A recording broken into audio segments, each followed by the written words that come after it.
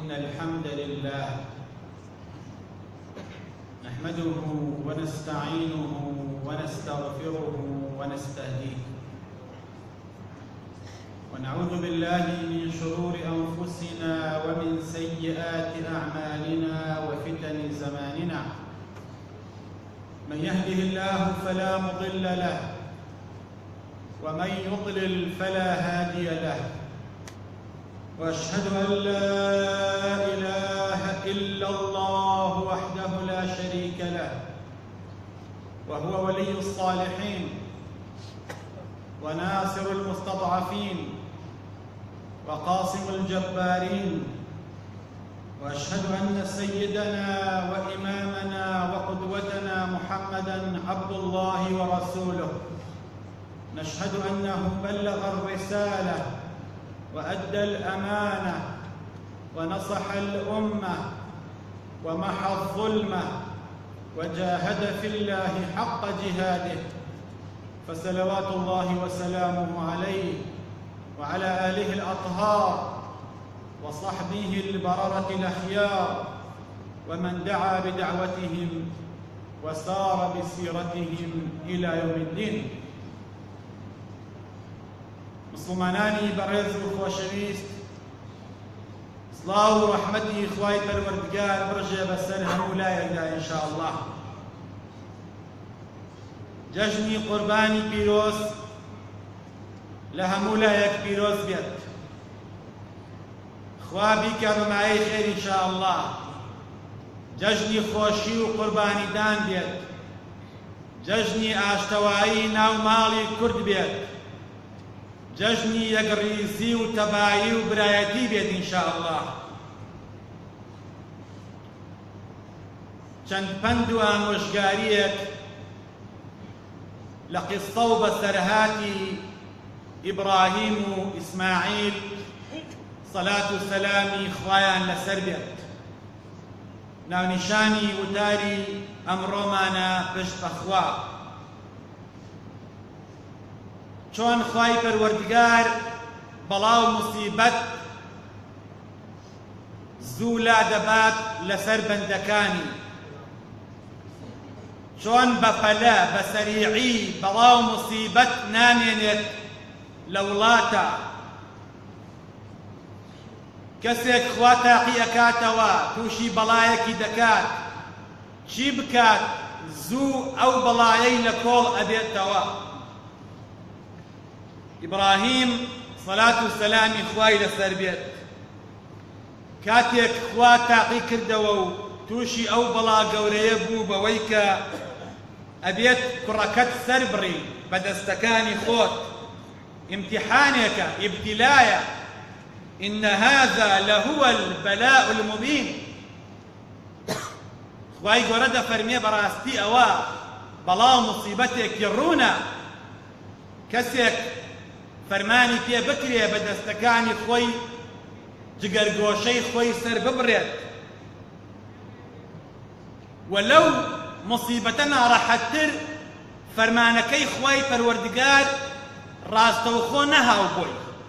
ڕاستەوخۆ خوا وەحی بۆ نەکرد کە ئەبێ ئیسماعیل سەر بڕی، بەڵکو ناڕاستەوخۆ لە ڕێگەی وەحیەوە، لە ڕێگەی خەوەوە، ناڕاستەوخۆ لە ڕێگەی خەوەوە خوای پەروەردگار ئاگاداری کردەوە کە ئەی ئیبراهیم، ئەو منداڵەی کە دڵت زۆر وابەستەی ئەوە، دایمەوە لەگەڵیا، دایمە پێکەوەن، ئەبێت سەری بڕێت.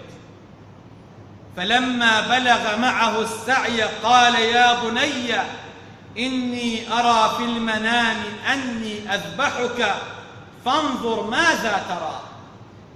کاتێک ئیسماعیل پێگەی وای لێ ئەهات لەگەڵ باوکیا بڕوا بۆ دەرەوە، تازا گەنجێکی پێگەیشتوو. ئیبراهیم سەلات و سەلامی خوای لەسەر بێت پێیەڵێت کوڕی شیرینم، ئەم شەو لە خەوا بینیم تۆم سەر ئەبڕی، ڕای چییە؟ چیەڵێی؟ چۆن پێشوازی ئەەکەی لەم فەرمانە؟ ئەگەر کەسێک پێی بڵێن کەسێک یە کوڕەکەت سەر ئەبڕێت فەرمانی خوایە، ڕەنگە تۆزێک سووکتر بێت، مصیبەتەکە کەمتر بێت چونکە خۆی نەبووە، بەڵام ئەم خۆیە بێ سەری بڕێ. بەدەستی خۆت سەری بڕی. ئیبراهیم سەلات و سەلامی خوای لەسەر بێت بیری کردەوە نەوەکو ئەم کوڕە وای لێ بێ حوبی حەیات، خۆشەویستی ژیان زاڵ بێ بەسەریا و فەرمانی خوا جێبەجێ نەکا و ویستی ئەویش لەو ئەجرەیە بەشدار بێ، ئەیتوانی کاتێ ئیسماعیل خەوتووە بڕوا سەری بڕێت و پرسی پێ نەکات و بڵێ فەرمانی خوایە، بەڵام ئەیەوێ کوڕەکەشی لەو ئەجرەیە بەشدار بێ، پرسی پێ ئەکات فەنظر ماذا تەرا، چی ئەڵێی؟ ڕای چییە؟ پێم بڵێ چی بکەین؟ ئەمە خەوێکە و خەوی ئەنبیاش ڕاستە. قال يا أبت افعل ما تؤمر ستجدني إن شاء الله من الصابرين. نافرمي يا أبت افعل ما أمرك الله به، أي باوك أوي خوا فرماني بيكردوي بيك، أفرمي ما تؤمر أوي فرمانت بيكر أو هر كسيك هيا ما دام تو بيغمري فرمانت بيكر أو جيب جيبك إن شاء الله خو قرأبم صابر أبم دڵنیا بەخۆ مەگرم لە ژێر فەرمانی خوادا. ئیبراهیم چۆن گەیی ئەو مستەوایە، چۆن وای لێ هات بۆ فەرمانی خوا زەڕێک تەئخیر نەبێت. مسڵمانی بەڕێز بیهێنەرە پێش شاوی خۆت، ئامادەی جمعە و جەماعەتی، فەرج ڕاخراوە، لە هاوینە مبەڕیدە و سپلێت و پانکە ئیژەکە، گەرمات نییە، لە زستانە گەرماتە و وای لە ژوورەوە و سەرمات نییە دانیشتووی لە مزگەوتە، ئەبینی تۆزێک مامۆستا درێژی کردەوە تەحەمڵت نامێنێت، بێتاقەت ئەبیت، ناڕەحەت ئەبیت، دەست دەکەی بە دەنگەدەنگ و گلەیکردن هەتا ئەگاتە بواری شکاتیش، شکاتکردن لە مامۆستا تەحەمڵی ئەوەت نییە 20 دەقە دە وەرە دەی پێت بوو ترێ کوڕەکەت سەر بڕە، قبوڵی ناکەی 20 دەقە نیم سەعات لە ماڵەکەی خوا دابی بەبێ ئەوەی ناڕەحەت بیت، بەڵام ئیبراهیم قبوڵی ئەکات کوڕەکەی سەر بڕێ مادام فەرمانی خوایە، فەرمانی خوای پەروەردگاریش بێ حکمت نییە. خوا فەرمێ دەربارەی ئیبراهیم وإذ ابتلى إبراهيم ربه بكلمات فأتمهن. خوای پەروەردگار ئیبراهیم یەکەم وشەی تەوحید لا إله إلا الله مسلمانیەتی ئیمانداریەتی، دووهەم بە وشەیەکی تر پێی فەرموو کوڕەکەت سەر بڕە، سێهەم بە وشەیەکی تر فەرمووی ماڵەکەت بۆ میوانەکان بێت، ماله للضيفان وولده للقربان.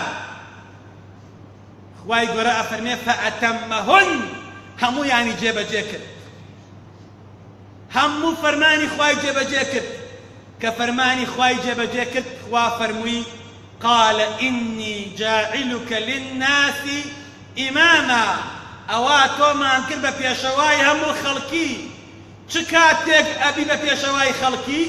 کاتێ فەرمانی خوا دوانەخەیت، کاتێ تاقیق بوویتەوە سەبر بگری، کاتێ تووشی بەڵام موسیبەت بووی سەبر بگری، ئەبی بە پێشەوای خەڵکی.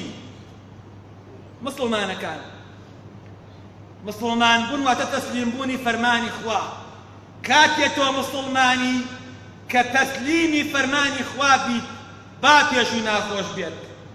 ئیبراهیم و ئیسماعیل پێشتر مسلمان بوون، بەڵام خوا کاتێ پێیان ئەڵێ مسلمان کاتێ فەرمانی خوایان جێبەجێ کرد. فەلەمما ئەسلەما وتله للجبین، کاتێ تەسلیمی خوا بوون و مسلمان بوون ڕایکێشا بەدەما بۆ ئەوەی سەری بڕێت.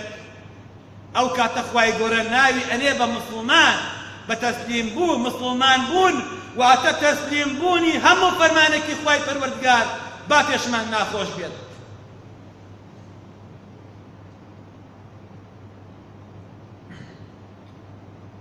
کوڕەش لەگەڵ باوکیان چاک مهرەبان کوڕێکی مصلح چاک ئیسماعیل خوا لە قورئانە فەرمێ من الصالحين لبياو چاکانە ولا قرآن أفرمي كان يأمر أهله بالصلاة صفتك تري إسماعيل أويا كسوكاركو خزانكو من على كان يلا صان دوابو نويش فرماني تيكد النويش كان إسماعيل صلاة وسلام إخوائي لسربي تسليمي فرماني إخوابو بويا كاتي هردو كيان تسليم بون شيطان يان رجم كرت شيطان لهمو ريقيك وهاو لريقي دايكيو لريقي باوكيو لريقي إسماعيل هاد أيويس فرماني خواجه بجي نكريت هات لاي هاجر خاتون سلامي خواي لسربي أيوك إبراهيم خلطا وبهوي خويك الشيطان خلطان دويتي بتمايا كركو سربر فرياك قتليك قتل ما قتل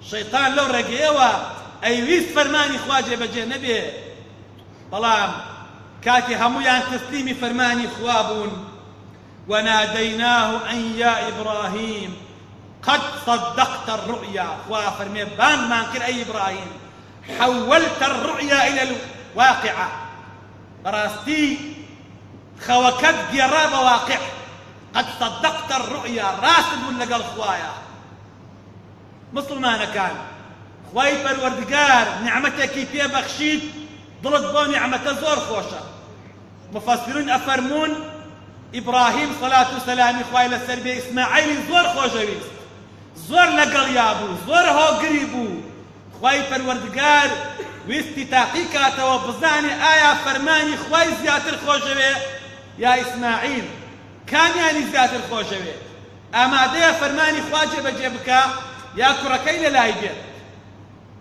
إبراهيم صلاة والسلام إخوائي لسلبي خليل يعني هموخ خانكاني لشي بندي إخوان بنداتي بو إخواكن همو كسيصدو شخص خانه هيل للأشياء لدستيا همو خانكاني دست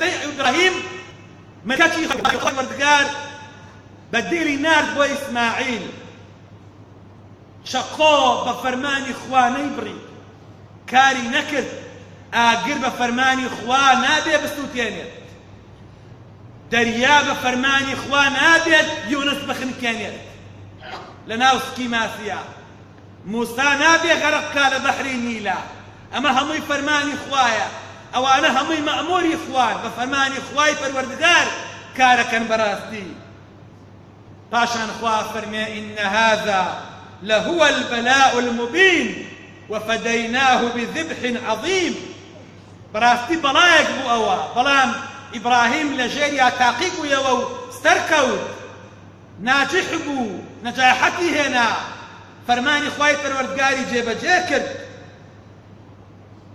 درسك لم بسرهات مسلمان كان كاتي توشي قضاء وقدر قبيل راستو خور روبروي بروا آرام بقرا لجيريا زو درعتي لجيريا زو خوارف قاردكان راضي بقضاء وقدري خواي پروردگار دنيا بخواي پروردگار زو فريادة كويت فرماني خوات أخير مكة كخواي پروردگار فرموي حي على الصلاة ورن بونويش تأخيري مكة يكثر بك أنجانبا وكو إبراهيم راس يكثر فرمانك خواي جيب جيكرت خواي پروردگار أتكاب إمام أتكاب بيشواي خلقي ويا إمام علي رضا رحمتي خواي لبي كرم الله وجهه فرموي الرضا بمكروه القضاء أرفع درجات اليقين رازيبون بقضاء وقدريكي ناخوش كناخوشش ببلام تير رازي بيد مادام فرماني خوايا ئەوە گەورەترین پلەی یەقینە، ئەو کەسە یەقینی هەیە بەڕاستی.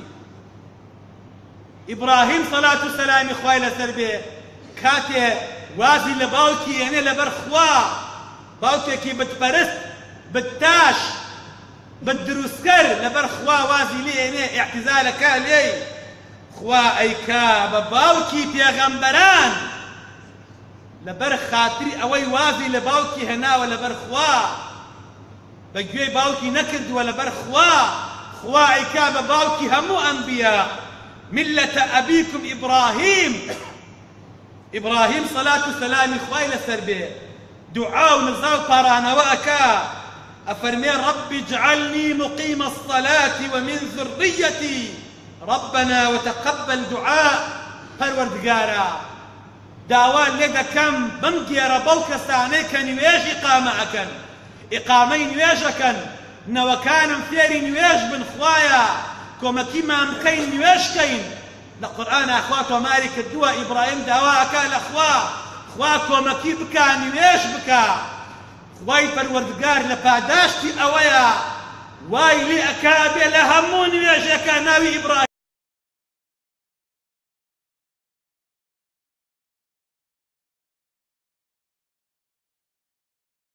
بەری. اللهم صل على أبي أمتي پیغمبر صلى الله عليه وسلم لنويجا ناوي إبراهيم بري صلواتي لسربا. إبراهيم پیغمبرك عليه الصلاة والسلام أول ما يقصى يوم القيامة يكم كسي لروج قيامتا پوشاك كريتا بري إبراهيم بو. إبراهيم پیغمبرك لبر خواي پروردگار خرايا ناو آقر وآقر بوي سارد وسلامت بو. لەبەر خاتری ئیبراهیم خوای پەروەردگار چەندین سنەتی خوای گۆڕی بۆ چونکە ڕاستەوخۆ فەرمانی خوای جێبەجێ کرد، چونکە کەسێکی سەخی بوو، کەسێکی بەخشندە بوو. ئەفەرمێ پێغەمبەر صلی الله عليه وسلم لە ژیانی ئیبراهیمە بە تەنیا نانی نەخواردووە، ما یأکل إلا ومعه ضیف كثير الضیفان. ئیبراهیم سەلات و سەلامی خوای لەسەر بێ ژیانی هەموو پند و ئامۆژگاریە. لە کۆتاییدا مسڵمانەکان دەڕێن هەموو مرۆڤێکی سەرکەوتوو چیرۆکێکی بە ئازاری هەیە، هەموو مرۆڤێکی سەرکەوتوو بە ناڕەحەتی پێگا وەکو ئیبراهیم و ئیسماعیل سەلات و سەلامی خوایان لەسەر بێ. همەت بەرزی علو الهمە، همەت بەرزی زۆر گرنگە. إنسان همتي برز بيه لمردن نترسي زور مهم وكو إسماعيل صلاة وسلام خوای لەسەر بێ تەنانەت مێرولە حەزی لە ژیانە. کاتێ مێرولە سلێمانی بینی بە مێرولەکانی وت بڕۆنە ناو هێلانەکەتانەوە لا يحطمنكم سليمان وجنوده، با سلێمان نەتان شکێنێت. بەڵام ئیسماعیل ئەوەنە همەتی بەرز بوو، ئامادە بوو لە پێناوی خوادا خۆی کا بە قوربانی. لە کۆتاییدا دەڵێن قوربانی مسڵمانەکان قوربانی یەکەم عیبادەتێ بوو لەسەر ئەرزە خوای پەروەردگار دای بەسەر مرۆڤەکانە. یەکەم کەسێک یەکەم عیبادەتێ خوای پەروەردگار لەسەر ئەرزە دای ناقوربانیکردن بوو، ئەویش ئذ قەڕەبا قوربانن هابیل و قابیل قوربانیان کرد. هابیل باشترین حەیوانی سەر بڕی و کردی بە قوربانی، قابیل خراپترین ماڵی کرد بە قوربانی بۆ خوا، ئەوەی هابیل خوا قبوڵی کرد، ئەوەی قابیل خوا قبوڵی نەکرد. بۆیە ئەم کاتە بە فرسەت ئەزانم داواتان لێ دەکەم مسڵمانەکان هەر کەسێ توانای هەیە با حەیوانە سەر بڕێت، با قوربانی بکە. ئەگەر نەتکرد با دەرونی خۆت سەر بڕە، دەرونی خۆت نفسی خۆت سەر بڕە. نەفس ئەممارە بە سووئە، بیخەژێر پێتەوە، فەرمانت پێکا بە خراپە. ئەگەر ئەتوانی قوربانیەک بکە بۆ ئەوەی لە ڕۆژی قیامەتە شاهدی با لەسەرت، مەڵێ پار کردومە و پێرار کردومە. ئەگەر ئەتوانی بیکە. ئیبراهیم